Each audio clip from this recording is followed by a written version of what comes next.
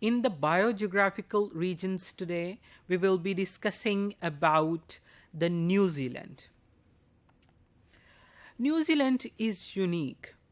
Its total area is 270,000 kilometers square, which makes it far larger than any other Pacific Oceanic island. When it has large area, that means it has more geographical habitats for the organisms living on it, more geographical ranges and more niches for the organisms to occupy, and that means it has more biodiversity as well. So it is therefore not so vulnerable to the fluctuation of population and diversity that characterize them. So it is sort of unique, and it is very important in terms of studying the island biogeography.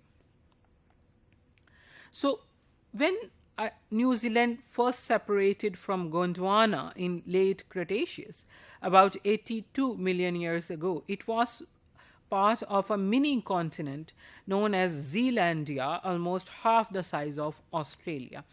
We have discussed about that New Zealandia continent, the mini continent, that in the previous topic, and we will see the diagram of it in today's lecture as well. It was stretching as far as the New Caledonia to the northwest and Chatham Island to the southeast. So here you can see the original position of Zealandia, that is the shaded region, and close to the South Pole before it broke away from the Gondwana. So when it broke away, it sort of gone towards the north, and it is the size of it, you can even see here, it is half the size of Australia. The shaded region, the lightly shaded region, these are underwater parts, but the regions which are darkly shaded, these are on the above surface of water, and you can see the South Pole, which was the position of Zealandia at that time.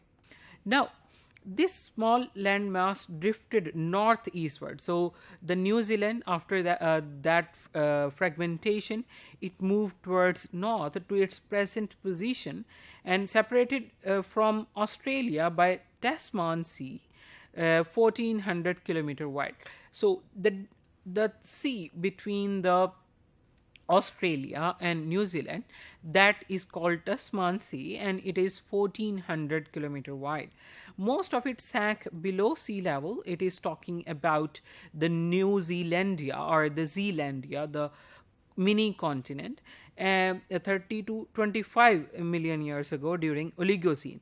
And it is possible that all of it was submerged at this time. So at that time, it is possible that there was no part of this particular mini continent that was above water. All of it was submerged under a shallow sea.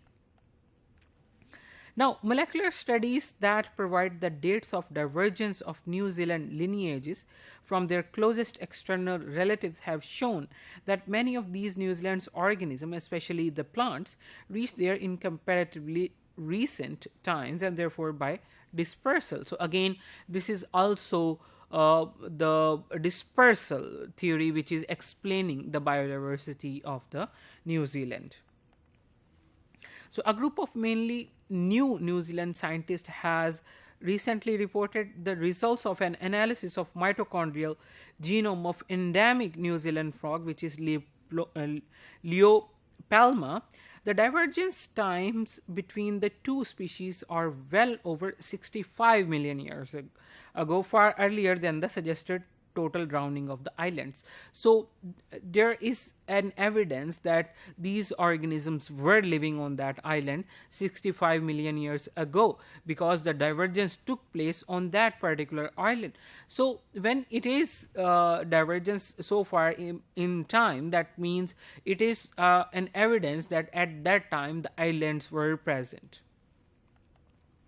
So the ancient and diverse fauna unlikely to have been able to arrive by overseas dispersal, and this includes earthworm, the velvet worm, peripatus, arachnids, the usual endemic lizards, Sphenodon, which was whose ancestors were from the Miocene, and the flightless bird, the moa and tinamou.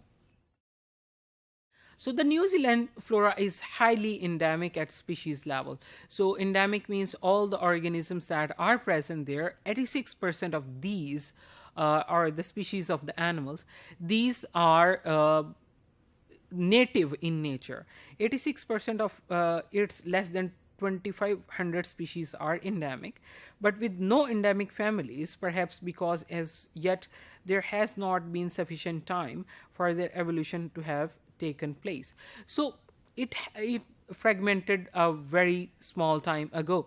So this is not the time in which a particular organism can develop into the whole family. So we can see the species and we can see the endemic species as well, but we haven't seen so much difference between the different species that we can make new families which are present on this particular small island in the eastern near to the eastern Australia.